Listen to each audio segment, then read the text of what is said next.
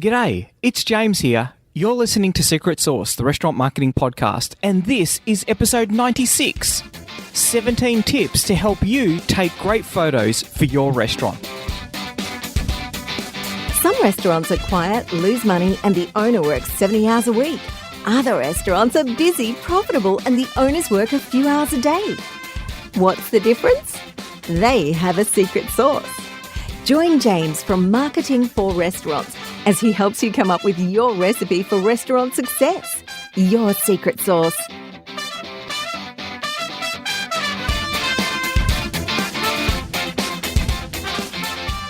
Struth, mate, welcome back. I thought I'd use a little bit of my Aussie accent there because we're celebrating a couple of new countries with Marketing for Restaurants customers. We've now got customers in Cyprus and France, which I know completely blows my mind. But yes, they're using some of our free tools to help them find new customers and turn them into repeat customers, which is really exciting. And I know in Australia, as in the United States, there is increasing press coverage about the damaging impact of companies like Uber Eats, Just Eat, Menulog here in Australia, Deliveroo, of course, the impact that they're having on the restaurant industry. So if you haven't yet, if you're using one of those, definitely check out our free restaurant online ordering system. We've talked in numerous podcasts about how you can really cut those costs back. I know we've got one restaurant in Australia. They're saving $1,000 each month by not paying the Menulog tax. These are taxes on restaurants, which I think are really quite unfair. And the big thing is, you don't need to pay them. That's the thing that's really exciting. One other thing to think about, Deliveroo just recently released their annual statement for 2017, and having a look at the numbers, they definitely grew their revenue. That's good for them. The other thing is they massively increased their losses. Hundreds of millions of pounds, which is a not insignificant amount of money to be losing in a single year. Fairly spectacular numbers. Their sales doubled to £277 million, but losses increased to £185 million, which, wow, that's pretty spectacular. One thing I find really interesting about those numbers is that when you think about it, for every pound of sales that they're making, they're losing 66 pence, which is pretty amazing. They raised £382 million in 2017. At the rate they're going, they've probably burnt through about 40% of that by now, which is a not unspectacular cash burn rate. The interesting thing is if they had to pay proper wages to all of their riders, those losses would be significantly higher, I would have thought. So it'll be interesting. Very much watch this space. In Australia, a couple of months ago, we had a Fedora leave because they couldn't make it profitable here. I don't think Australia is big enough for two. It will be very interesting to see what happens in the long term because maybe, just maybe, these delivery models aren't actually profitable in and of themselves. But enough of that. What we want to do is to get onto a really exciting topic, and that is food photos, restaurant photos, helping you to tell your story. So in episode 85, we talked about some of the ways that you can get great photos, who can take them, maybe a professional photographer, maybe a photography student, guests, staff, even you. You've got a phone in your pocket. It's probably a really, really good camera. So there's plenty of people out there who can take photos in your restaurant. We looked at the options that you've got.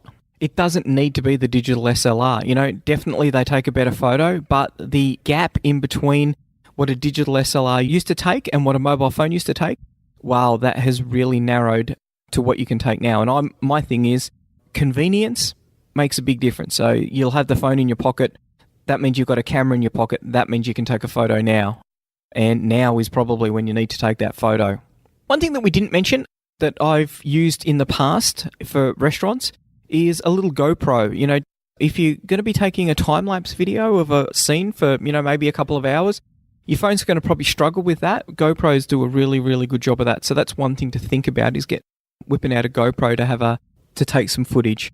We touched briefly on why you want to take great photos, and it's the old saying, a picture tells 1,000 words. What are those words? Is it really telling your story? And I think this is the really important bit. This is where we get into the nitty-gritty of why it is that you're going to be taking these photos, because you're going to be using these photos to represent you on social media. You're going to be using it in your print advertising. You're going to be using it on your website. all of these places, you're trying to tell a story, and you want that story to be the same story that you feel in your heart. And I know that often when you talk to a restaurant owner, they're really passionate, they're really excited about their restaurant. Then you go to their website and you look at the photos there and you think, that's not the same thing. That's not the story I'm picking up on. And we've picked up customers, and the first thing is, my God, we've got to get that website down. And they're going, but I've got to have a website. And it's like, you know what? If I saw that website, I would not go to your restaurant. So a simple one-pager with one good photo is going to be about 1,000 times better. The more people who go and see your current website, the more people who aren't going to go to your restaurant because of the fact that the images there are just so bad. So today what we're going to talk about is what to take photos of. So this is really about starting to craft that story about who it is that you are, what it is that you do, and what the restaurant is all about. These are the kind of messages that you want to start getting across to your target market, the people who are going to eat in your restaurant, and all of the other people that are in the mix as well. Because you've got to be thinking about, it's not just diners who are going to be looking at the images. It's not just going to be diners that you're going to want to influence in some way, shape, or form. And this is the first place where you really want to start off. When you're working out what photos it is that you want to take, you want to start thinking about who are the kinds of people that you want to influence. Now, and when we go through this process with our customers, it's quite interesting because a lot of the time, it's, the people who are going to eat in our restaurant. Okay, so tell me about the people who are going to eat in the restaurant, because there's not one single person that you want to be targeting. What are the niches? What are the psychological motivations for people when they are coming into your restaurant? So, for instance, when you're talking to a mother with 5 kids under 4, the message that you want to get out is going to be very, very different to someone who is, for instance, may have celiac disease and may need some gluten-free food. So for the mum, what you want to do is you want to see the kids playing. There's colouring books. They've got crayons out. The kids are a little bit apart because mum wants a little bit of time. Or maybe they're in a play area. There's high chairs there. Everything is ready. And, you've got wait staff out the front smiling at the mum and the kids so that you know that, we say that we're family friendly and we really are family friendly. See, the kids have got like a little colouring in book and they're having a great time. They're nice and quiet. Mummy can have some quiet time and eat some nice food. That is the message that you want to get across. And you can get that across really easily with one simple photo. It's a little bit harder to put that in text without being condescending. But that photo, that one photo of that one mum having a little bit, that look of contentment. Here I am restoring my soul. I've got 5 seconds where the kids are actually, this is a meal I haven't had to prepare. The kids are taken care of, and I don't have to worry about being judged because I've brought kids into a restaurant. If you're family friendly, if you say you're family friendly, then you should really be family friendly. You need to demonstrate the steps that you've taken to be family friendly. Now, same with gluten-free. We always talk about this, it's one of my favorite niches. So what do you need to be doing there? So there's a couple of things. One, get a couple of photos of your signature gluten-free dishes so that people can go, wow, I would eat that. And we know that people with celiac disease are less picky in general than people without celiac disease because they are used to being let down. They are used to being disappointed. They're even used to being lied to. Yeah, sure, it's gluten-free. I think it is. I'm sure the chef takes all of the required precautions. So a couple of great dishes there. This is gluten-free. We prepared this pizza with a special gluten-free base that we prepare on site. Now, that's part of the story. The other part of the story that I really think is good is an area of the bench with a little sign that says, no flour, gluten-free dish preparation area only. And then people go, oh, wow, yeah, they're taking all of the precautions required. If you've got a special gluten-free area for prep in the kitchen, take a photo of it and, or a video even, and explain that to them. Because people with celiac disease are going to resonate with that story that you're getting across for them. Now, before we get too deeply involved, who is it that you're going to be taking photos of? Now, so the question that I always come back to is who's in your ecosystem? So we've talked about a couple of niches for your customer segmentation. What about suppliers? Who is there that you get food from, that you get beverages from? And I'm thinking, potentially there's a sommelier from your wine distributor. So he comes in, he's got a few wines for you to taste. Why don't you do a little photo? Why don't you go and take a video? So, the sommelier, he's doing his sales pitch for you, and that's what he's paid to do. Why don't you get him to do the sales pitch to your customers? Hey, this is John. He's just come in, and he has got some great wines from this winery that's just up the road. John, what's so great about this Cab Sav? And that gives John the opportunity to tell that story. Now, it could be a video. You could take a photo of the two of you tasting wine and laughing and having a great time, because that's the message that we want to get across. They're going to be really excited about that, because generally people in their restaurant, they're always focused on the diners. Too few people look back up the value chain. So who else is there? What about the guy you get your meat from? What about the guy that you're getting your seafood from? Where do your vegetables come from? And this is something that I always find really quite interesting, because we always, when we're having our marketing consultations, we say, so your supplier-wise, who is there that's interesting that you've got? It's like, oh, well, there's Bob the farmer. He's just up the road, and that's where we get our tomatoes from. He's been growing tomatoes in the area for 50 years, blah, blah, blah, blah, blah, and they're all organic. And this amazing story comes out, and yet there is no reference to that anywhere. So my thing is, you know what? How about you get down there? How about you take a photo with you and Bob the farmer, or whatever his name was, with him and his tomatoes? That way, you're starting to... So you've got tomatoes, they're organic, and also you're supporting a local business. So your business supports local business, and that means that when a local customer comes in, they're supporting you and another local business, or another 2 or 3. You might have a list of suppliers. Here's our list of suppliers. We get our eggs from Paul, the poultry guy. These are the kind of stories that people want to see. They want to be a part of more than just getting the food. Now, obviously, not everyone wants that. But particularly when you're looking for the locals, particularly when you're looking to turn them into repeat locals, if you can start creating that impression about how well you are connected with the local producers, that can be really powerful. So what else do we want to take photos of? Well, one of the things that I think can work really well is you. What is it about you?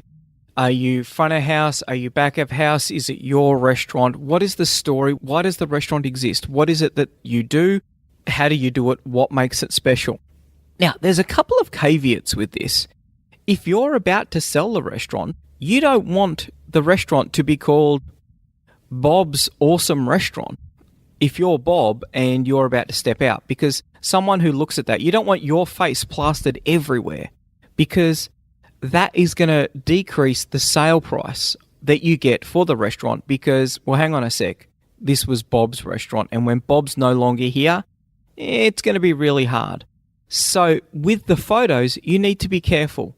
If you've got long-term plans for the restaurant, then you can be a bit more free with your face. And look, a lot of people don't like having their photos up on a website. That's completely fine as well.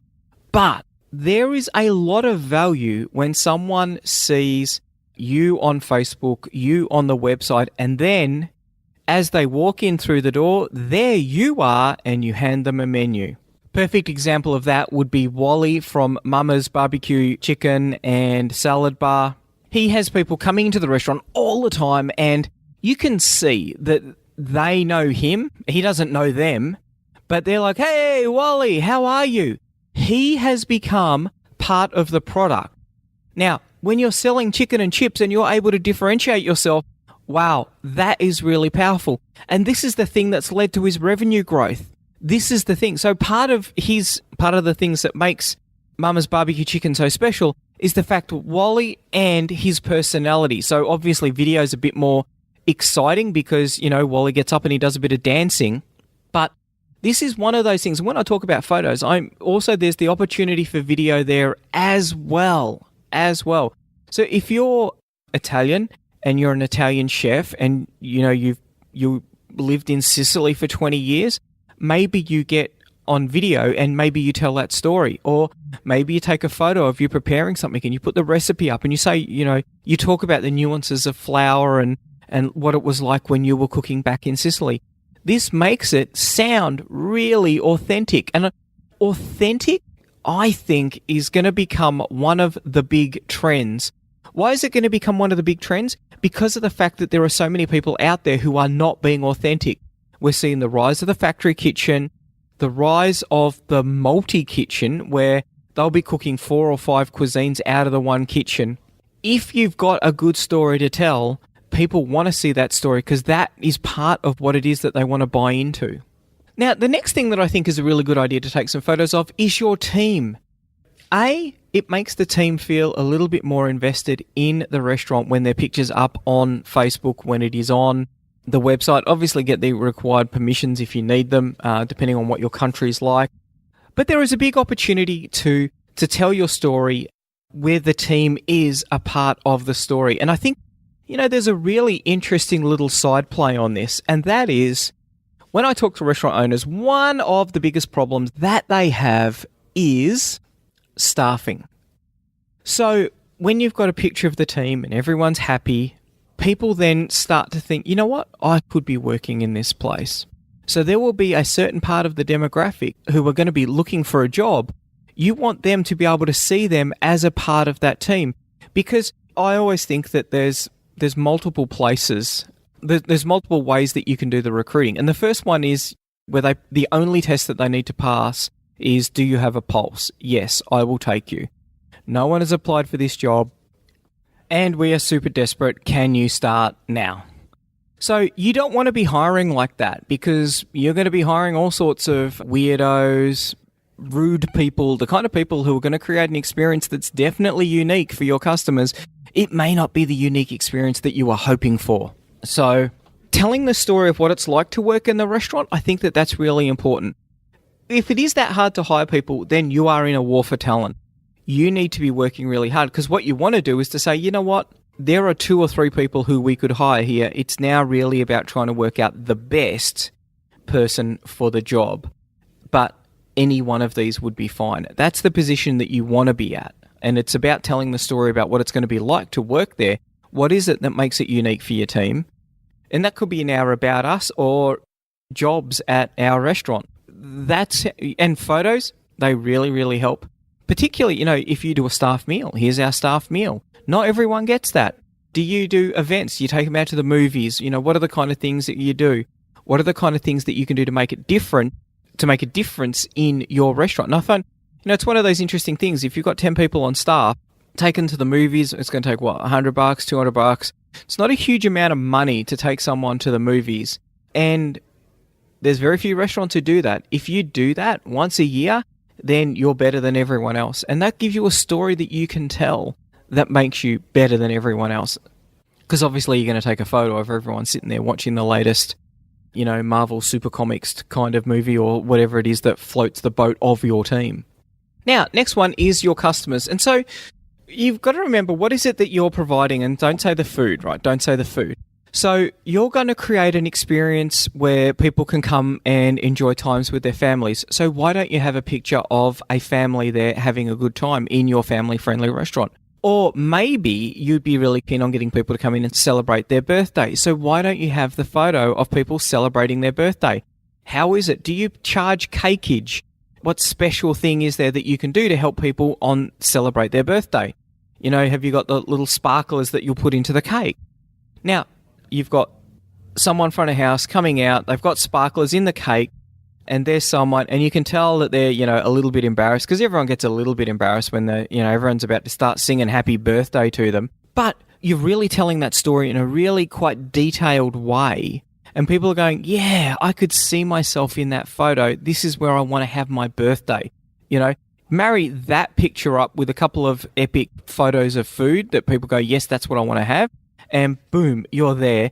You're getting birthday bookings by the bucket load. Because you've put that up on the website and you've got a picture, birthday bookings. We specialize in birthday bookings. People love coming to our restaurant and celebrating their birthday. You put the SEO around that so that people, when they're looking for birthday bookings for a restaurant, boom, that's what comes up. They see the picture. They're going, yep, that's fantastic. Now, we're not talking about Facebook today, but let's talk about Facebook today. What about if you run a birthday campaign? You've got that image. You can run that ad to people who've got a birthday coming up in the next 2 weeks. Yeah. So people see it and they go, yeah, my birthday is coming up. I'm going to organise to take all my friends out there to there. And, you'll have a special offer, bring 3 of your friends and your mains for free. Happy birthday. This stuff writes itself. This is a really simple thing. You just need that one photo of the great group, great looking group, having a great time. Don't get the photo right at the start when everyone's serious and, there's probably people who don't know each other and it's all a bit sort of weird. Get it just as the cake's about to be coming out. Everyone's had a few glasses of wine. They've had a few glasses of beer, and the party is really starting to crank up. Yeah, that's when you want that photo because that's what you're selling. It's that experience, much less about the food. And, I think that this is a really good segue into the next topic, and that is the restaurant. A lot of the time, and look, we do it sometimes when we do photo shoots. We'll actually take these photos, not because we want to, but partially because you got the photographer there when the restaurant's closed, and partially because the restaurant owner will specifically request it. There'll be a photo with all of the tables, looking out the front windows, and, the wine glasses are on the table, the napkins are all folded immaculately, the silver service is out. And that really tells a story. I kind of get what it is. Chefs love it. I don't like that photo at all because of the fact that it's very sterile. There's no emotion there. It's not what we want to sell. We want to sell the place when it's full. We want to see everyone there, everyone's having a great time, and they're all eating great food. So take some photos when the place is full. And these are really important because when there's discussion of your restaurant, I'm like, well, I've never heard anything about your restaurant. What's it like? What is it like? Now, I've got the classic story to tell you about this, and you've probably got a story that's similar from the other side, not people coming into your restaurant, but you going out to other people's restaurants. And this is one of the big things that you need to do. You need to de-risk this transaction. So, a few years ago, we were lucky enough to go to Argentina, and we ate in a lot of epic restaurants. They love barbecue. I always say that Buenos Aires is very similar to Melbourne. They love their football, they love their coffee, and they love their barbecues. That is Melbourne to a T. They love football more than we do here. I didn't think that was possible, but they often have deaths at the matches, which is that's little bit sad. But it shows the passion for the football. Now, we came back and I said to Tina, you know what I'm really missing? I'm really missing some of that Argentinian food. I would love to eat an Argentinian barbecue. So we Googled Argentinian barbecue, and it's a bit of a niche cuisine. There's not a lot of them out there that do it. So we found a place that was, it was probably about 20 kilometers away, but I was super keen on Argentinian barbecue because the flavors are just amazing. The meat is amazing. I don't know how they do it, but it's just all epic. And so the marketing was, it was pretty light on for what it was, but they were talking about the kind of things that I was talking about. They put the barbecue on middle of the day, the food's cooking nice and slow, and it comes out with just the right spices, and it's great. And I thought, yep, that's what I want to do. And so we went there. It was Saturday, and I remember I had my mother-in-law with me, so it's a moderately high-risk transaction here. We walked into there. The place was just disgusting. It looked more like a dive bar than a restaurant. I've got my kids with me, and there was something written up on the wall. I can't even remember it. It was something about how they eat their own children or something. And I'm just like, what the hell is going on here? So we sat down and we looked at the menu, and then we just looked at the place, and I said to Tina, I'm really, really certain that we can find a better place than this to eat in. And so we got up and walked out.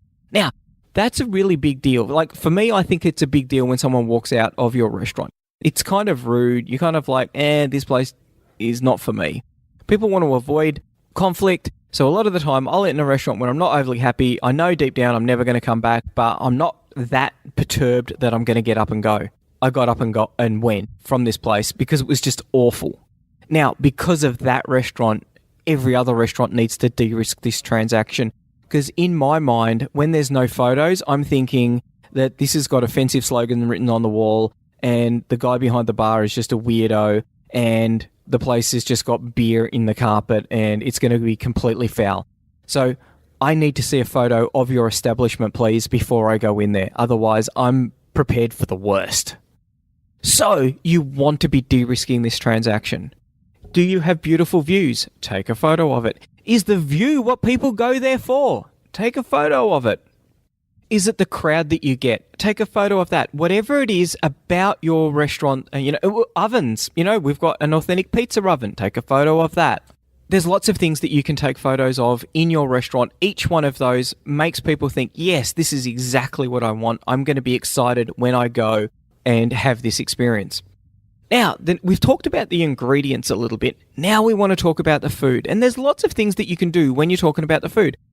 When you work in a kitchen, that's it's not your whole world, but it's a fair part of your world. And so because it's a fair part of your world, people go, yeah, we do kitchen stuff here. It's not really that exciting. Well, it's really exciting if you're not from the kitchen.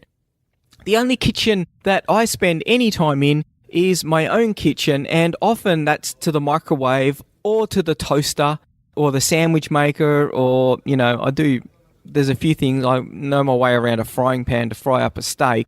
So anything that, and I would like to be a chef, well, I wouldn't like to be a chef because I know it's how hard the work is, but I'd like to be able to cook really good meals. So I'm actually really quite interested in, and MasterChef has driven this.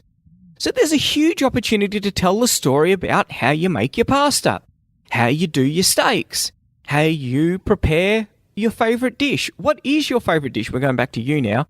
But all of these sort of things you can tell. And this is before we plate up. Then, of course, once you've plated up, then take that photo. You want those photos of those signature dishes.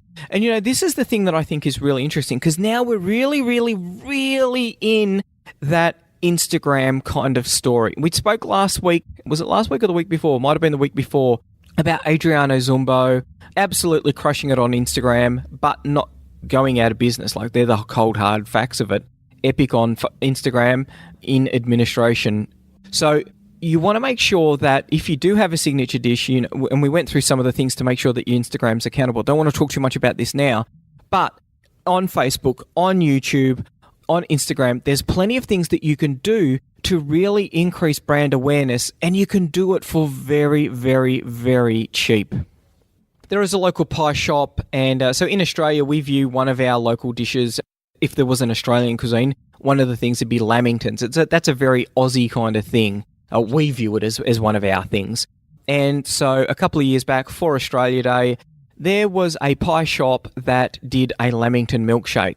Now, that was featured in news.com.au, the main news website for the country.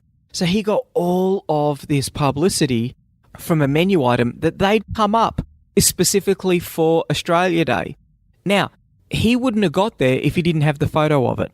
So that's a really important thing. You've got to have those images. There's no point in going through that whole menu engineering process and then not producing the image that people can go, wow, that's epic. Let me tell all of my friends about it. So the special dishes that you do, take a photo of those. Your signature dishes, take a photo of those.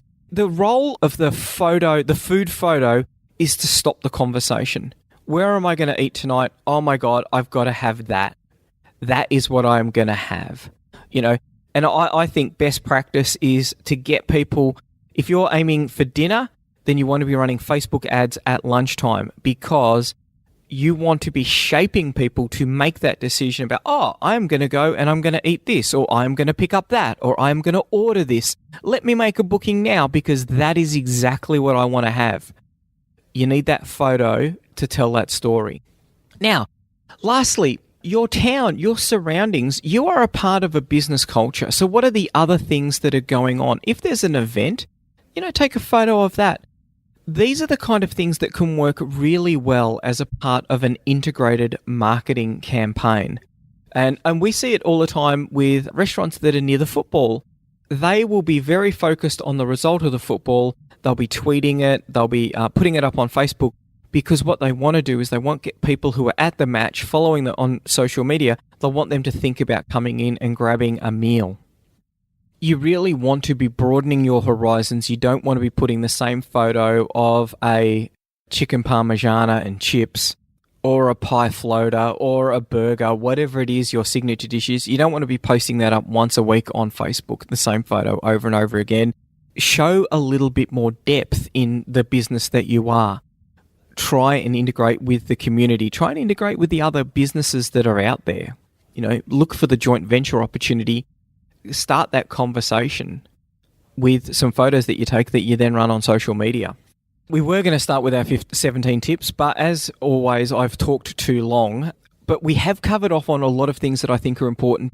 You don't want to be just taking photos of the food. There's a whole heap of things that you can be taking photos, and there's a whole heap of reasons why you would be taking those photos. So what we'll do is we will return in episode 97 of Secret Sauce, the Restaurant Marketing Podcast, and we'll go through the 17 tips. And these are really important because getting great photos is absolutely fundamental part of the restaurant marketing secret sauce that so many restaurants have. Lastly, if you've enjoyed the podcast, please like and share it. It helps us to get the word out. As a lot of you know, we've got a lot of free tools that we give away. We can only do that because of the fact that the podcast is so popular. So if you're listening to it, please leave a review on iTunes. That helps us to get the word out. We're relying on you guys, the people who are listening to the podcast, to help us to spread the message. That means that we can spend less on, sales and marketing, and we can spend more on dev so that we can create the tools that you guys need to be able to find new customers and turn them into repeat customers. That's about it. Have a glorious day, and we'll talk soon. Bye. Want more customers for your restaurant, cafe or takeout? Every month, our marketing tools and information are used by thousands of restaurant owners just like you to help them find more customers and turn them into repeat customers. All of our tools and information is designed specifically for restaurant owners. We know you don't have a lot of time to spend marketing or learning complicated procedures, so our tools are quick and easy to use. If you're looking to increase your revenue and profits or want to work less hours, check out marketingforrestaurants.com.